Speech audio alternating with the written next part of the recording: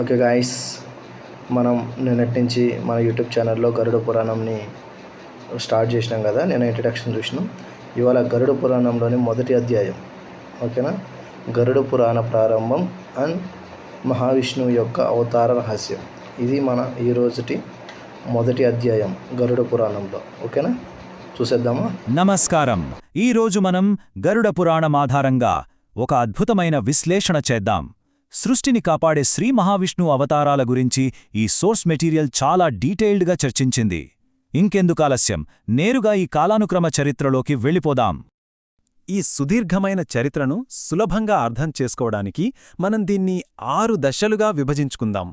అత్యున్నత రక్షకుడు, ప్రారంభావతారాలు, జ్ఞానం జీవనాధారం, సముద్రం నుండి రక్షణ, రక్షకులు రాజులు మరియు ఆఖరిగా తుది అవతారాలు. సరేనా? ముందుకు వెళ్దాం. మొదటి విభాగం, అత్యున్నత రక్షకుడు. అసలు విష్ణువు పాత్ర ఏంటి? సృష్టికర్తగా, పోషకుడిగా, లయకారుడిగా పరమాత్మ పాత్ర అనంతమైనది కదా. జనన మరణాలకు అతీతంగా ఉండే ఆ దైవిక శక్తి ధర్మాన్ని కాపాడటానికి ఎప్పటికప్పుడు భౌతిక రూపాలను ధరిస్తుందని ఈ మూలాలు వివరిస్తున్నాయి. సాధారణంగా మనం దశావతారాల గురించి వింటూ ఉంటాం, కరెక్టే గదా? కానీ ఇక్కడ ఆసక్తికరమైన విషయం ఉంది. ఈ గ్రంథాల ప్రకారం గతంలో జరిగినవి 21 అవతారాలు, ఇక భవిష్యత్తులో జరగబోయేది 1 అవతారం. అంటే మొత్తం 22 అవతారాల గురించి ఇక్కడ చాలా వివరంగా ప్రస్తావించారు. సృష్టిని రక్షించడానికి ఇంతటి సంరక్షణ అవసరం కావడం నిజంగా ఆశ్చర్యమే. సరే, ఇప్పుడు రెండవ విభాగానికి వద్దాం. అవే ప్రారంభ అవతారాలు మరియు మహర్షులు. సృష్టి మొదట్లో ప్రాథమిక ధర్మాలను స్థాపించడానికి, ఆ లేత ప్రపంచాన్ని రక్షించడానికి తీసుకున్న మొట్టమొదటి భౌతిక రూపాలు ఏంటో ఇప్పుడు చూద్దాం. మొదటి 4 అవతారాలను ఒకసారి గమనిద్దాం. మొదటిదేంటంటే ఎప్పుడూ కౌమార దశలోనే ఉండే సనత్కుమార అవతారం. ఇక రెండవది మనందరికీ తెలిసిన వరాహ అవతారం. ఒక పెద్ద అడవిపంది రూపాన్ని ధరించి భూమిని పాతాళలోకం నుండి రక్షించడం జరిగిందిక్కడే. ఆ తర్వాత నారద, నరనారాయణ రూపాలు ఉద్భవించాయి. ఆ భౌతిక రూపాలకు, వాటి వెనుకున్న లక్ష్యాలకు మధ్య ఎంతటి వైవిధ్యముందో ఇక్కడ మనం స్పష్టంగా గమనించవచ్చు. ఇక్కడ ఒక్క క్షణం ఆగి 3వ అవతారమైన నారద మహర్షి ఫిలాసఫీ ఏంటో చూద్దాం. అదే నిష్కామ కర్మ. అంటే ఏంటి? ఫలితం మీద ఎలాంటి ఆశ పెట్టుకోకుండా తమ విధులను నిర్వర్తించడం. ఈ గొప్ప ధర్మాన్ని ప్రపంచానికి బోధించడమే ఆ అవతారం యొక్క అసలు ఉద్దేశ్యం.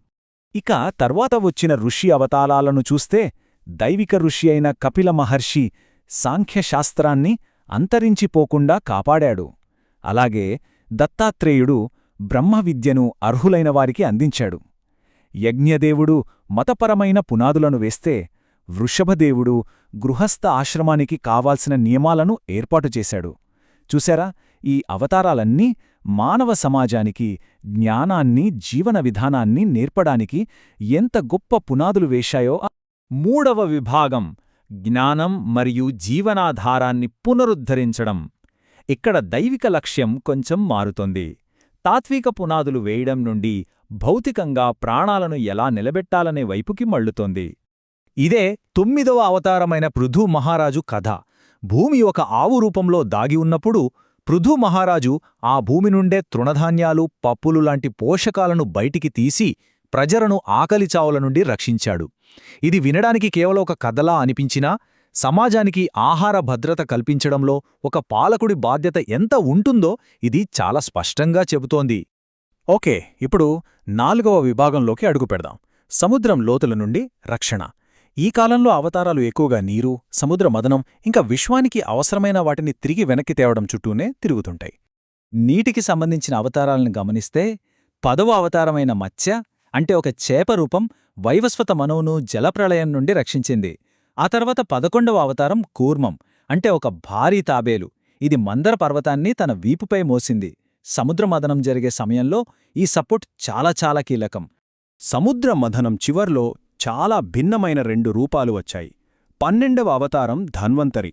ఈయన ఒక గొప్ప వైద్యుడిగా అమృత కలశంతో బయటికి వస్తే, ఆ అమృతాన్ని రాక్షసుల నుండి రక్షించడానికి తీసుకున్న 13వ అవతారమే మోహిని. అత్యంత ఆకర్షణీయమైన, ఎవరినైనా మంత్రముగ్ధులను చేసే ఒక అద్భుతమైన సౌందర్యం కలిగిన రూపంతో మోహిని ఆ అమృతాన్ని దేవతలకు దక్కేలా చేసింది.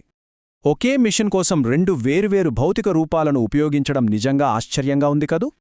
ఇక 5వ విభాగం రక్షకులు, యోధులు మరియు రాజులు. ఇక్కడి నుండి టైమ్లైన్లో ఒక నాటకీయమైన మార్పు వస్తోంది. దౌర్జన్యాలను అంతం చేసి విశ్వంలో మళ్లీ సమతుల్యతను తీసుకురావడానికి అత్యంత ఉగ్రమైన రూపాలను ధరించడం మనమిక్కడ చూడొచ్చు. ఇక్కడ ఒక ముఖ్యమైన పాయింటేంటంటే 14వ అవతారమైన నృసింహరూపం భౌతికంగా చాలా చాలా డిఫరెంట్. సగం మనిషి, సగం సింహం రూపం. ఈ అవతారానికున్న ప్రధాన ఆయుధం అత్యంత పదునైన గోళ్లు. తన భక్తుడైన ప్రహ్లాదుణ్ణి రక్షించడమే ఈ అవతారం యొక్క ఏకైక మిషన్. మూల గ్రంథాలలో ఉన్న వివరాల ప్రకారం దుష్టుడైన హిరణ్యకశిపుని కడుపుని ఆ పదునైన గోళ్లతో చీల్చి వధించడం ద్వారా ధర్మాన్ని తిరిగి నిలబెట్టడం జరిగింది. దౌర్జన్యం గనక హద్దులు దాటితే వచ్చే శిక్ష ఎంత తీవ్రంగా ఉంటుందో ఇది చాలా నిష్పాక్షికంగా వివరిస్తోంది. అన్యాయాన్ని శిక్షించడానికి ఈ ఉగ్రరూపం ఒక బలమైన ప్రతీకగా మిగిలిపోయింది. తర్వాత 15వ అవతారమైన వామనుడు బలిచక్రవర్తి దగ్గర 3 అడుగుల నేలను అడిగిన ఒక చిన్న బ్రాహ్మణ బాలుడి రూపం. ఆ తర్వాత పదునైన గొడ్డలి పట్టుకుని అనైతికంగా ప్రవర్తించిన క్షత్రియులను ఏకంగా 21 సార్లు భూమిమీద లేకుండా చేసిన యోధుడు 16వ అవతారమైన పరశురాముడు. ఇలా ఆవేశంతో కూడిన ఈ మిషన్లన్నీ ధర్మ సంస్థాపన కోసమే జరిగాయి. ఇప్పుడు 17వ అవతారమైన వ్యాసమహర్షి గురించి మాట్లాడుకుందాం. పరాశరుడు, సత్యవతులకు జన్మించిన ఈయన మానవాళికి జ్ఞానాన్ని అందించడానికి వేదాలను 4 భాగాలుగా విభజించాడు. అంటే ఏంటి? కేవలం శారీరక యుద్ధాలే కాదు, మేధోపరమైన జ్ఞానాన్ని వ్యాప్తి చేయడం కూడా విశ్వరక్షణలో ఒక భాగమే అని ఈ అవతారం మనకు స్పష్టంగా చెబుతోంది.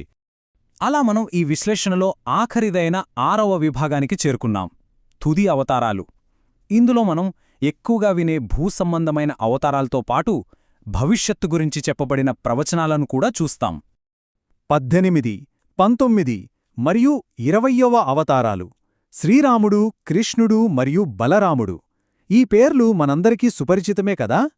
సమాజంలో విల్లుపట్టిన మర్యాద పురుషోత్తముడుగా, గీతను బోధించిన ఆచార్యుడుగా, నాగలి పట్టిన కర్షక యోధుడుగా వాళ్లు చేసిన పనులు ధర్మాన్ని రక్షించే నిరంతర చక్రాన్ని అద్భుతంగా ప్రతిబింబిస్తాయి.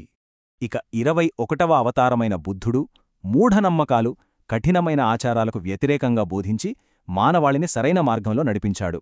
కాని దానికి పూర్తి భిన్నంగా భవిష్యత్తులో రాబోయే 22వ అవతారం కల్కి అని ప్రవచించబడింది. విష్ణు యశస్సు అనే బ్రాహ్మణుడికి జన్మించి కత్తిపట్టి ఈ భూమిని పాపుల నుండి విముక్తి చేస్తాడని ఈ గ్రంథాలు చెబుతున్నాయి. ఈ రెండింటి మధ్య ఉన్న వ్యత్యాసం నిజంగా చాలా లోతైనది కదూ? ఈ మొత్తం విశ్లేషణను ఒక చిన్న ప్రశ్నతో ముగిద్దాం.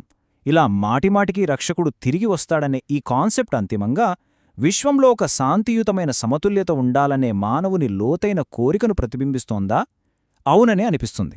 అరాచకం ఎప్పుడూ శాశ్వతం కాదని, క్రమాన్ని పునరుద్ధరించడానికి ఏదో ఒక శక్తి ఎప్పుడూ ఉంటుందనే ఆశను ఈ 22 అవతారాల చరిత్ర మనకు గుర్తుచేస్తూనే ఉంటుంది. సో, ఈ ఆలోచనతో ఈనాటి విశ్లేషణను ఇక్కడే ముగిద్దాం. మళ్ళీ మరొక ఆసక్తికరమైన అంశంతో కలుద్దాం.